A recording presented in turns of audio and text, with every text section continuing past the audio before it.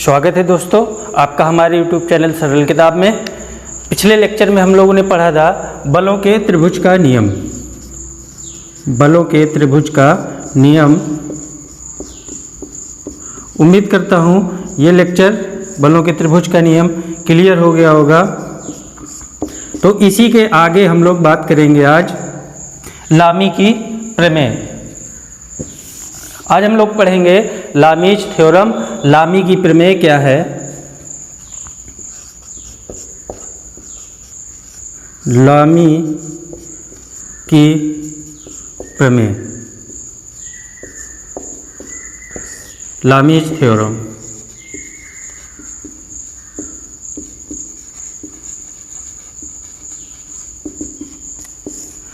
Lami's theorem क्या है देखते हैं हम लोग।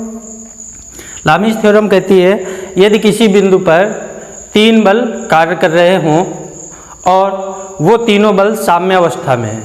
अगर किसी बिंदु पर तीन बल कार्य कर रहे हैं और वो तीनों बल साम्य अवस्था में हैं तो प्रत्येक बल शेष दो बलों के बीच कोण की ज्या के समानुपाती होता है। सपोज दैट ये हमारे पास P, Q और R, ये हमारे पास तीन बल थे। इसको थोड़ा सा ऐसे बनाते हैं। ये हमारे पास तीन बल साम्य अवस्था में थे और ये हमारे किसी पॉइंट O पे कार्य कर रहे थे। अब अगर ये तीनों बल साम्य अवस्था में हैं और हम मान लें कि ये एंगल Q और R के बीच का एंगल अल्फा है और P और R के बीच का एंगल हमारे पास बीटा है और P और Q के बीच का एंगल हमारे पास गामा है। तो लामीज थ्योरम हमारी कहती है किसी बिंदु पर कार्य कर रहे तीन बल यदि साम्य अवस्था में है तो प्रत्येक बल शेष दो बलों के बीच बने कोण की ज्या के समानुपाती होता है। तो हम लोग देखेंगे कि जो P upon sine alpha is equal to Q upon sine beta is equal to R upon sine gamma, ये कहाँ से निकल कर आता है। तो चलिए हम लोग देखते हैं। सबसे पहले P और Q दो बल हैं। इन दो बलों को हम लोग एक समांतर चतुर्भुज की सहायता से एक कंप्लीट करते हैं। अगर ये हमारे पास P है तो ये भी हमारे पास P हो जाएगा और ये हमारा Q हो जाएगा।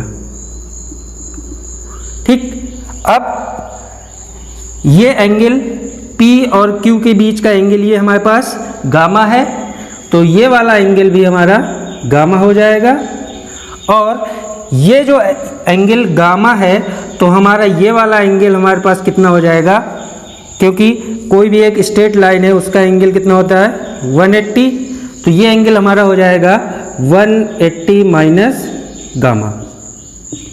ठीक, अब P और Q दो बल थे। समांतर चतुर्भुज का नियम कहता है कि दो बलों का रिजल्टेंट हमारा समांतर चतुर्भुज के विकर्ण को प्रदर्शित करेगा। ये जी दो बल हमारे किसी एक ही बिंदु से होके पास हो रहे हैं तो P और Q का हम लोग रिजल्टेंट R मान लेते हैं, लेकिन हम लोग R पहले से ले चुके हैं तो इसको हम लोग R डैश मान लेते हैं।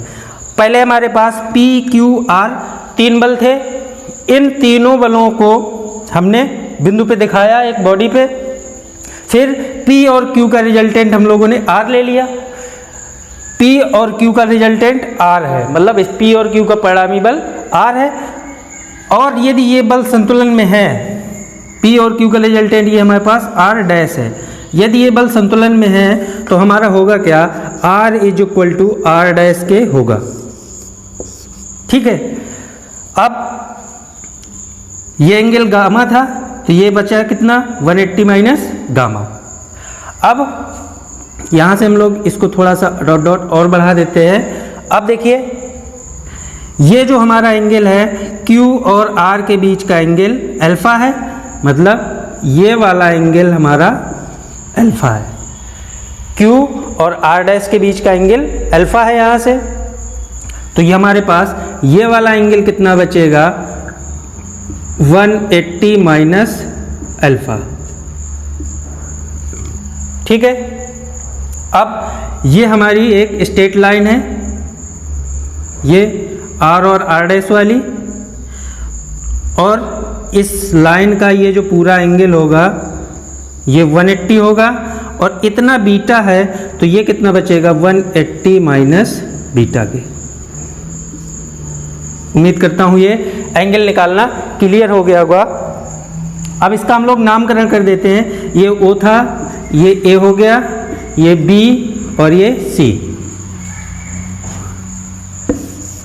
अब हमारा ट्रिग्नोमेट्री का साइन रूल क्या कहता है, यदि किसी त्रिभुज है, यदि ये OAB है, पहले हम लोग एंगल लिख देते हैं, angle BOA, angle BOA is equal to कितना है 180 माइनस बीटा।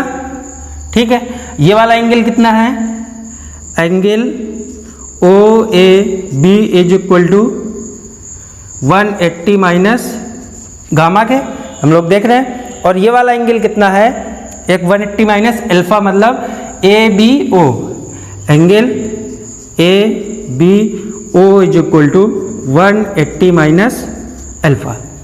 अब त्रिभुज, हम लोग त्रिभुज OBA,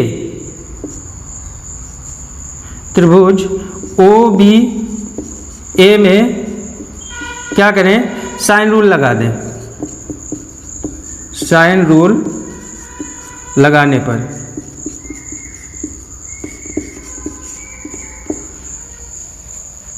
जब हम लोग त्रिभुज OBA में साइन रूल लगाएंगे तो साइन रूल हमारा क्या कहता है कि यदि एक वाली भुजा लेंगे तो इस वाली भुजा के अलावा जो दो भुजाएं होंगी उनके जो बीच का कोण होगा वो हमारा साइन के साथ में लिया जाएगा। जैसे हम लोग OA ले लें तो OA अपॉन ये वाला हमने लिया भुजा, ये बल, इसके अलावा हमारे एक बल ये बचा, एक बल ये बचा, इन दोनों के बीच का एंगल कितना है 180 माइनस अल्फा, तो कितना आ जाएगा OA upon sine 180 minus alpha is equal to, अब हम लोग क्या ले लेते हैं AB, क्या आ जाएगा AB अपॉन, हमने ये वाली भुजा ली AB, तो अब दो भुजाएं ये बच रही हैं, इन दोनों भुजाओं के बीच का एंगल कितना है 180 माइनस बीटा, तो क्या आ जाएगा sine 180 minus beta is equal to, अब हमारे पास त्रिभुजा बच रही है OB,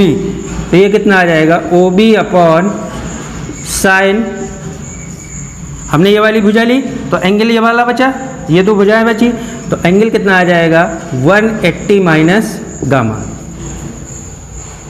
ठीक है, अब OA हमारा कितना है P, तो ये कितना आ जाएगा P upon sine 180 minus alpha, हम लोग जानते हैं साइन अल्फा होता है, तो कितना आ जाएगा sine alpha is equal to, AB हमारा कितना है Q, तो ये आ जाएगा हमारे पास Q upon sine 180 minus beta, मतलब sine beta is equal to, OB हमारे पास R डैश है, और R डैश को हम लोग R लिखे हैं यहाँ से, क्योंकि ये तीनों बल इक्विलिब्रियम में है, तो R dash is equal to R हो जाएगा, तो R upon sine 180 minus gamma, मतलब साइन गामा के। तो हमारा यही हमें प्रूव करना था कि P upon sine alpha is equal to Q upon sine beta is equal to R upon sine gamma कहाँ से निकल के आता है, लामीश थ्योरम में। तो ये हम लोगों ने प्रूव कर दिया। तो उम्मीद करता हूँ ये लामीश थ्योरम क्लियर हो गई होगी। और एक चीज़ और बता दें, लामीश थ्योरम आपकी बहुत ही इम्पॉर्टेंट है, इससे बहुत ज़्यादा क्वेश्चन पूछे जाते हैं आपके एग्जाम्स में।